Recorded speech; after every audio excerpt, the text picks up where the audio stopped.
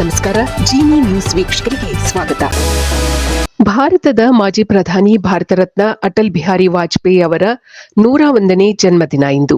ಜನ್ಮದಿನದ ಅಂಗವಾಗಿ ಇಂದು ಪ್ರಧಾನಿ ನರೇಂದ್ರ ಮೋದಿ ಅವರು ಲಕ್ನೋದಲ್ಲಿ ರಾಷ್ಟ್ರ ಪ್ರೇರಣಾ ಸ್ಥಳವನ್ನು ಲೋಕಾರ್ಪಣೆಗೊಳಿಸಿದರು. ಈ ಮಹತ್ವದ ಯೋಜನೆ ಇಂದು ಮಧ್ಯಾಹ್ನ 2:30 ಲೋಕಾರ್ಪಣೆಗೊಂಡಿತು. ಉತ್ತರ ಪ್ರದೇಶದ ಲಕ್ನೋದ ವಸಂತ್ ಕುಂಜ್ ಪ್ರದೇಶದಲ್ಲಿ ಗೋಮತಿ ನದಿ ತೀರದ 65 ಎಕರೆ ವಿಸ್ತಾರವಾದ ಪ್ರದೇಶದಲ್ಲಿ ಈ ಬೃಹತ್ ಸ್ಮಾರಕವನ್ನು ನಿರ್ಮಿಸಲಾಗಿದೆ. ಸುಮಾರು 230 ಕೋಟಿ ವೆಚ್ಚದಲ್ಲಿ ಇದನ್ನು ಅಭಿವೃದ್ಧಿಪಡಿಸಲಾಗಿದೆ. ಈ ಸ್ಮಾರಕದ ಪ್ರಮುಖ ಆಕರ್ಷಣೆ ಎಂದರೆ ಇಲ್ಲಿ ಸ್ಥಾಪಿಸಲಾಗಿರುವ 3 ಮಹಾನ್ ನಾಯಕರ 65 ಅಡಿ ಎತ್ತರದ ಕಂಚಿನ ಪ್ರತಿಮೆಗಳು.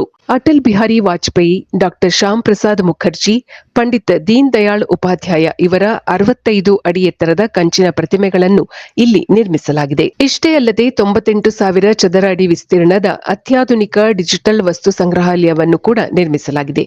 ಇದು ಕಮಲದ ಹೂವಿನ ಆಕಾರದಲ್ಲಿದೆ. ಈ ಸಂಕೀರ್ಣದಲ್ಲಿರುವ ಇತರ ಸೌಲಭ್ಯಗಳೆಂದರೆ ಬೃಹತ್ ರ್ಯಾಲಿ ಮೈದಾನವಿದೆ, ಆಂಫಿ ಥಿಯೇಟರ್ ಇದೆ, ಧ್ಯಾನ ಮತ್ತು ಯೋಗ ಕೇಂದ್ರ, ಜೊತೆಗೆ ಅಟಲ್ ಜಿ ಕವನಗಳ ಗಾಯನ ಕೇಳುವ ಅವಕಾಶವೂ ಇಲ್ಲಿದೆ.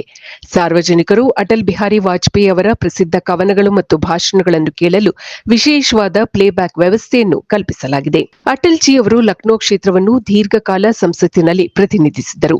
ಆದ್ದರಿಂದ ಲಕ್ನೋದಲ್ಲೇ ಈ ಸ್ಮಾರಕವನ್ನು ನಿರ್ಮಿಸಲಾಗಿದೆ. ಇದು ಈ ದಿನದ ಸುದ್ದಿಗಳು.